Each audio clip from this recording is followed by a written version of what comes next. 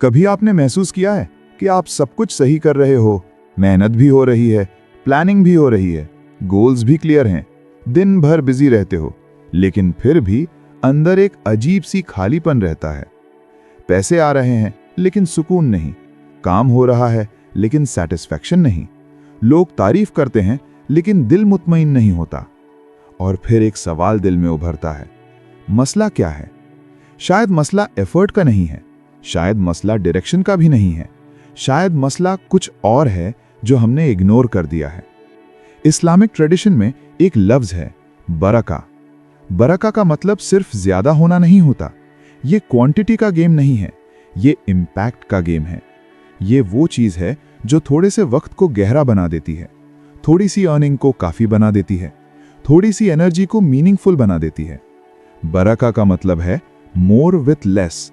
लेकिन ये हैक नहीं है, ये शॉर्टकट नहीं है, ये अलाइनमेंट है। आज की दुनिया हमें सिखाती है कि अगर तुम ज्यादा चाहते हो तो ज्यादा भागो, अगर तुम सक्सेसफुल बनना चाहते हो तो हसल करो। Late nights, no days off, grind mindset, constant productivity. और हम ये सब करते हैं, लेकिन फिर भी फील होता है कि कुछ मिसिंग है। मोहम्मद फारिस अपनी किताब द बरका इफेक्ट में एक बहुत सटल बात करते हैं। वो कहते हैं कि बरका तब आती है जब तुम्हारी नीयत, तुम्हारा वक्त और तुम्हारा अमल एक लाइन में आ जाएं। अलाइनमेंट। अगर नीयत क्लियर नहीं है तो एफर्ट चाहे कितना भी हो, अंदर से खोखला रहता है। अगर तुम काम सिर्फ कंपैरिजन की वजह से कर रहे हो, या सिर्फ ईगो सेटिस्फाई करने के लिए, या सिर्फ लोगों को इंप्रेस करने के लिए, तो हो सकता है रिजल्ट्स मिल जाएं, लेकिन बरका नहीं आएगी। बरका सिर्फ आउटकम में नहीं होती, बरका प्रोसेस में होती है। सोचो, दो लोग एक ही अमाउंट पैसा कमाते हैं। एक हर वक्त स्ट्रेस में है, हर वक्त कंप्लेन करता है, हर वक्त नेक्स्ट लेवल के पीछे भाग रहा है। दूसरा शुक्र में है, प्रेजेंट है, अपनी अर्निंग को अप्रिशिएट करता है, उस पैसे को क्लीन इंटेंशन से यूज करता है। अमाउंट सेम है लेकिन एक्सपीरियंस डिफरेंट है। ये डिफरेंस ही बरका है। अक्सर हम समझते हैं कि अगर हम ज्यादा काम करेंगे तो ज्यादा हासिल होगा, लेकिन बरका का प्रिंसिपल कहता है अगर तुम सही तरीके से काम करोगे तो कम में भी ज्यादा होगा। मॉडर्न हसल कल्चर हमें क्वांटिटी चेस करना सिखाता है। ज्यादा मीटिंग्स, ज्यादा प्रोजेक्ट्स, ज्यादा कंटेंट, ज्यादा फॉलोअर्स, ज्यादा नोटिफिकेशंस। लेकिन हर ज्यादा के साथ हमारा फोकस टूट रहा है, हमारी प्रेजेंस कम हो रही है, हम जल्दी में रहते हैं, हेस्ट में डिसीजंस लेते हैं, मल्टीटास्किंग को बैज ऑफ ऑनर बना देते हैं, और धीरे धीरे हम अपनी जिंदगी से कनेक्शन लूज कर देते हैं। बरका कनेक्शन का नाम है। जब तुम नमाज पढ़ते वक्त सिर्फ बॉडी प्रेजेंट हो और माइंड कहीं और हो तो वक्त गुजरता है लेकिन असर कम होता है। जब तुम किसी से बात करते वक्त फोन चेक करते रहते हो तो कॉन्वर्सेशन होती है लेकिन कनेक्शन नहीं बनता। प्रेजेंस कम होती जा रही है, और जहां प्रेजेंस नहीं होती वहां बरका कम हो जाती है। बरका तब आती है जब तुम जल्दी में नहीं होते, जब तुम हर चीज को फोर्स नहीं करते, जब तुम्हारा अंदर का रिदम नेचुरल होता है। एक और सटल चीज है ईगो। कभी कभी हम काम अल्लाह के लिए नहीं या वैल्यू क्रिएट करने के लिए नहीं, बल्कि अपनी इमेज बिल्ड करने के लिए करते हैं।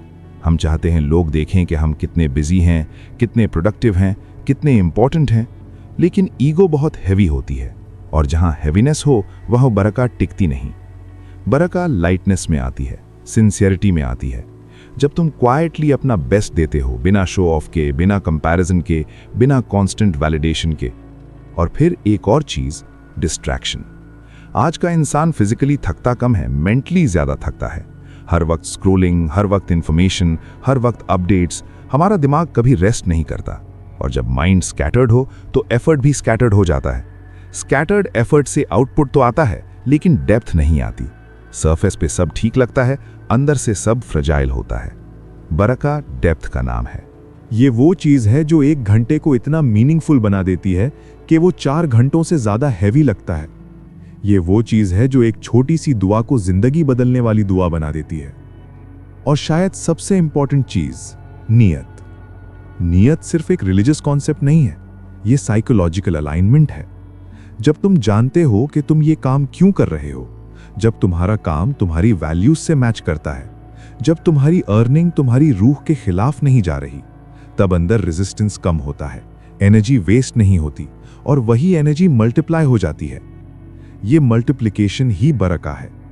कभी आपने देखा होगा, कुछ लोग बहुत कम रिसोर्सेज के बावजूद भी इम्पैक्टफुल होते हैं और कुछ लोग अनलिमिटेड रिसोर्सेज के बावजूद भी कंफ्यूज रहते हैं। फर्क सिर्फ सिस्टम का नहीं होता, फर्क अलाइनमेंट का होता है। अगर आप रोज सुबह उठकर सिर्फ रेस जीतने के लिए भाग रहे हो तो हो सकता है आप जीत भी जाओ, लेकिन अगर आप ये समझकर उठते हो कि आज का दिन एक अमानत है, एक ट्रस्ट है और मुझे इसे ईमानदारी से यूज करना है, तो आपका हर स्टेप मीनिंगफुल हो जाता है। बरका ड्रामेटिक नहीं होती, ये सटल होती है। ये नंबर्स में हमेशा नजर नहीं आती। कभी कभी ये सुकून की शक्ल में आती है, कभी क्लैरिटी की शक्ल में, कभी राइट अपॉर्चुनिटी राइट वक्त पर मिलने की शक्ल में, और कभी कभी ये इस शक्ल में आती है कि आप कम काम करते हो लेकिन बेटर काम करते हो। इस वीडियो का टाइटल है ये एक वजह है कि तुम्हारी जिंदगी में बरकत नहीं है। शायद वो वजह ये है कि हमने अलाइनमेंट खो दिया है। हमने एफर्ट को वर्शिप करना शुरू कर दिया है लेकिन इंटेंशन को इग्नोर कर दिया है। हमने स्पीड को सेलिब्रेट किया है लेकिन प्रेजेंस को भूल गए हैं। हमने क्वांटिटी को चेज किया है लेकिन क्वालिटी को सैक्रिफाइस कर दिया है। और फिर हम हैरान होते हैं कि इतनी मेहनत के बाद भी दिल क्यों नहीं भरता। बरकत थकान से नहीं आती, बरकत सिंसियरिटी से आती है। ज्यादा एफर्ट हमेशा ज्यादा रिजल्ट नहीं देता, लेकिन सही एफर्ट जो क्लीन नियत के साथ हो, जो फोकस्ड हो, जो ईगो से फ्री हो, वो कम होने के बावजूद हैवी होता है। कभी कभी जिंदगी को ठीक करने के लिए ज्यादा ऐड करने की जरूरत नहीं होती, कभी कभी सिर्फ स्लो होने की जरूरत होती है। अपनी नियत चेक करने की, अपने डिस्ट्रैक्शंस कम करने की, अपने काम को इबादत की तरह ट्रीट करने की, चाहे वो जॉब हो, बिजनेस हो या घर का काम।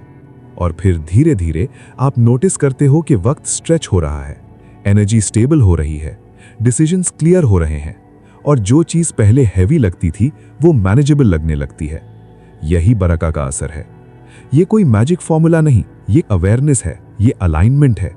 ये याद दिलाना है कि लाइफ सिर्फ आउटपुट का नाम नहीं, असर का नाम है। और जब असर पैदा होता है तो काम भी काफी हो जाता है। शायद आज रात आप अपने आप से सिर्फ एक सवाल पूछें, मैं जो कर रहा हूं वो क्यों कर रहा हूं? हो सकता है इसी सवाल के अंदर आपकी बरकत छुपी हो।